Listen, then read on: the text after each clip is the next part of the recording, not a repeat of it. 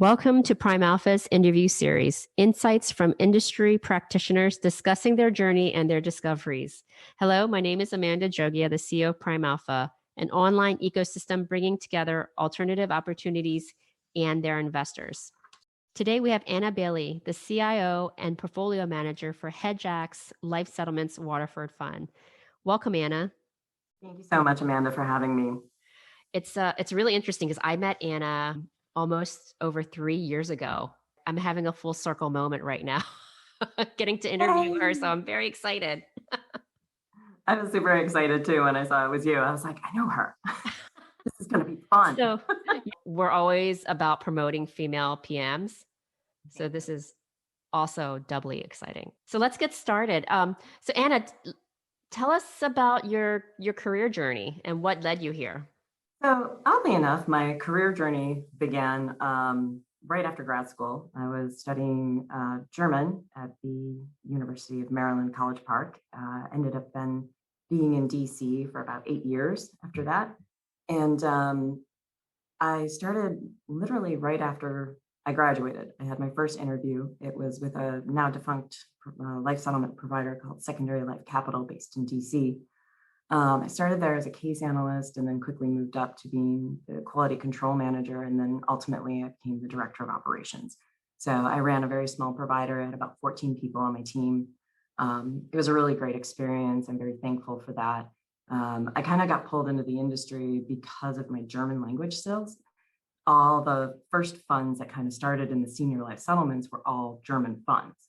And the German funds, even though they all know how to speak English and they all speak it really well, they really love having somebody in the room that speaks their language. And they know they're not going to get misunderstood or something's going to go, something's going to go sideways on them. So it was really, really great. So I have tons of contacts in Germany and Switzerland and Austria, which is amazing. I'm also actually now the head of the German association. That's kind of the International Life Settlement Market Association. I run the head of the U.S. sector. I was elected in about 2 years ago in 2019, almost 2 years ago, and so that's been really fun. We usually have a conference and then go to Oktoberfest, but that's not happening for another couple of years. So good times. After grad school, I was a sponge. Like I just wanted to know, like anything I could learn that wasn't literature. Like quite literally, I just kind of soaked it up. And I really, really enjoyed this. I thought it was such a great niche asset class. And then I was contacted by LexServe, which was at that time was a joint venture between Reservoir Capital and Cantor Fitzgerald. And when I first started there, they were like, we want you to do business development. And I was like, I'm really more like an ops kind of person. But I ended up working myself out of a job 3.5 years later. And because when I first started, because I was at the beginning of my career, I'd signed a really stringent non-compete. And so I was really hard pressed to find a job. So I ended up, because I have both US and German citizenship, I ended up moving back to Europe. And so I went to Germany, worked on a trading platform for tertiary policies between different funds. And, all the while just like honing my skills, when I worked at LexServe, I worked with all these different fund managers, understanding why they bought, how they bought, their parameters, the structures of their funds. A lot of times when I was at LexServe, they would ask me to go and clients would ask me personally to go to their securities intermediary, which is usually a bank, and organize all of their physical documents because they had no idea what they did or didn't have. So I would sit there in these dusty bank boxes, going through and organizing and doing an inventory and then do like a full report for them in the end. But it's, all these little things kind of built me up to where I am today as a portfolio manager. I was then in Munich and kept getting all these small face policies. And I was like, who buys small face policies? I was like, oh, I know the CEO there. So I called the gentleman there and we got to chatting. He's like, oh yeah, I'd love to be on your platform. Be great. He's like, hey, do you want to be my portfolio manager? Like that job doesn't get offered very often. I really enjoyed that. I loved my job. I really honed my skills while I was there. We launched 4 funds while I was there. I bought over 862 policies.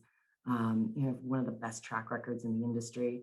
And then they decided to move to Austin, and I had bought my farm in Virginia. I wanted to be closer to my family, and I also missed the seasons. Yeah, so I just parted ways. It was a friendly break. And I launched my firm, Chestnut Capital Management, in 2016 because I was working with some tertiary brokers and helping them, because I had access to fund managers that they didn't really have access to. And so I formed my firm and then left at the end of 2018 from River Rock. And then I met a gentleman from the UK and we worked together. And we formed a fund. This is my other client because Chestnut sits as the sub-advisor for everybody, along with GCC. And so I'm an independent contractor for GCC, but I'm also the CIO and PM for the life settlement portion for HedgeAct. And I actually knew HedgeAct. They know Bluefin and they know Simon and whatnot. It's a very, very small world. People who invest in this space all talk to everybody and everybody knows everybody. It's pretty funny. Right before the pandemic, I had reached out to Chris Irwin, as I said earlier. He and I have known each other for 12 plus years in the industry. He's a really, really great person, very, very smart. He's a wonderful entrepreneur. And he's like, I need a PM. He's like, so he signed him up, and I've been working with HedgeAct ever since. It's been really great. There's a lot of policies that we've bought across the two funds. So there's the HedgeAct Waterford fund, and then there's the Morpheus fund. And it's just a really great team, and I really enjoy it. And they don't care that I live in the middle of nowhere in Virginia. It's okay. I'm in the middle of Maryland, so I'm with you, Anna. There's something really interesting that you said to me earlier. You talked about the experience that you need in life settlements. Like you can't just wake up and say, hey, this is what I'm going to do. Yeah, there's always something new. There's always a new challenge, whether it's buying policies, negotiating, reviewing life expectancy reports, which ones to use, which ones to trust, not trust, understand, not understand, how deals get closed, how to know to look for fraud, and just understanding how a transaction itself works. And then you have the challenges that come later on with tracking the insureds, and then when the insured matures. I mean, we had a maturity last summer. It took us a couple months to find out because usually, not every state reports to the death master file. And so, we kind of try to track people online, and we have, tracking on like a national obituary site, but not everybody puts in an obit. And this gentleman had passed away, and we couldn't find him. And neither could the states. We couldn't figure out if he had passed away in Texas or in Louisiana. Nobody could find him. We just had one recently where she was very ill. She was living in California, where she was raised. And she moved to Chicago. And she passed away in Chicago. And it took us 2 months to figure it out. Yeah. And I got investors calling me going, are you going to collect on this $1 million policy? And I was like, once I find out where she is. So yeah, it's crazy stuff.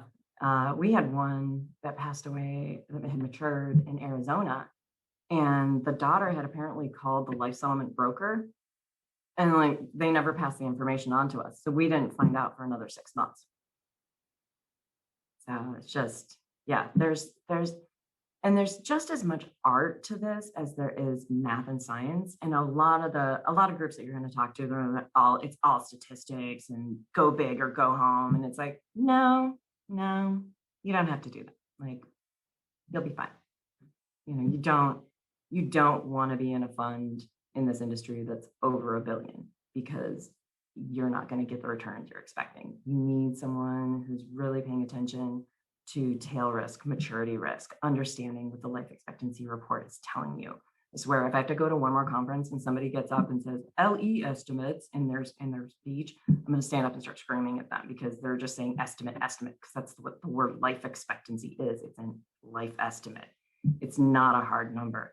That's the other problem that I run into with a lot of groups is everyone seems to believe that the life expectancies are a hard number. And it's like, no, that's a number that's on a curve. It's on a bell curve. And you got a 50-50 shot. Either they're going to go before or they're going to go after. And you got to figure out what's going to happen with your asset if they go longer. And generally, when we're looking at policies, we really try to measure out that risk.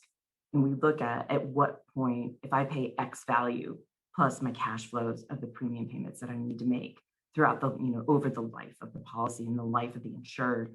We actually literally want to have that number, like the months that we go to that, we want that double what the life expectancy is.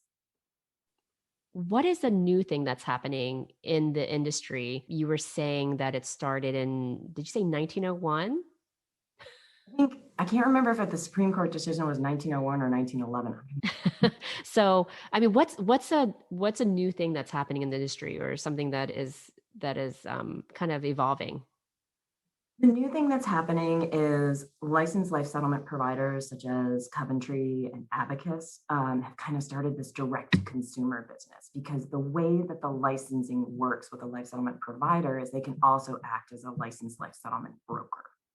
And so they're just going directly to, the insureds and the policy owners. I think Coventry gets like 1,000 calls a week from their advertisements that they do. But people call and they're like, I want to sell my auto insurance. It's like, no, we don't do that. Or, they're like, oh, I'm really, really sick. You should buy my policy. I'm going to die tomorrow. It's like, no, that's fraud.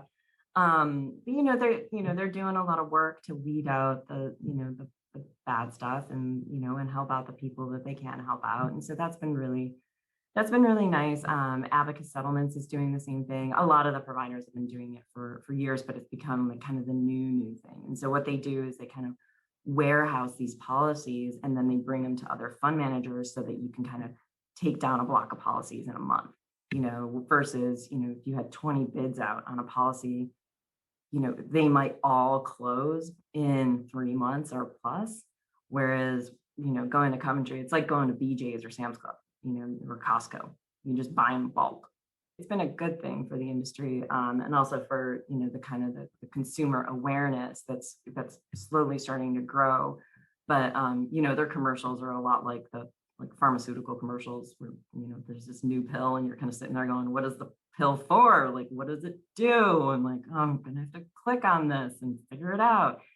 It's kind of like how the ads for Coventry are. A lot of people like kind of like, I've watched them and I've walked away going, it's a little elusive.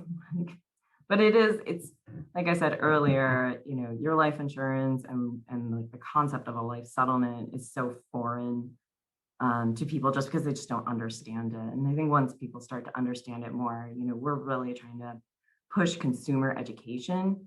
I think the last stat that I saw was still 80% of American seniors didn't know that they had the option to sell their policy. And a lot of groups are always like, oh, the life insurance carriers don't like you. And I was like, of course they don't like us. They have to pay out the death benefits on policies they thought that were going to lapse. Sorry, Charlie. But we've never had any issues on a payout from a life insurance carrier. And usually if they go insolvent or anything like that, some other larger carrier absorbs them. And so we've never really worried about that risk.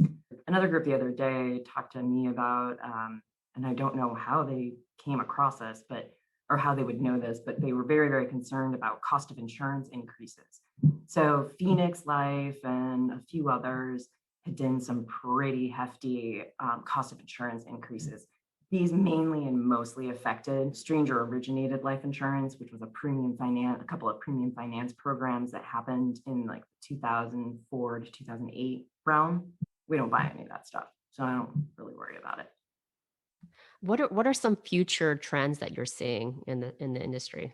I think there's going to be more efficiency when it comes to the life expectancies. Now that a lot of medical records are almost all digital, I think there's going to be some honing of skills when it comes to that.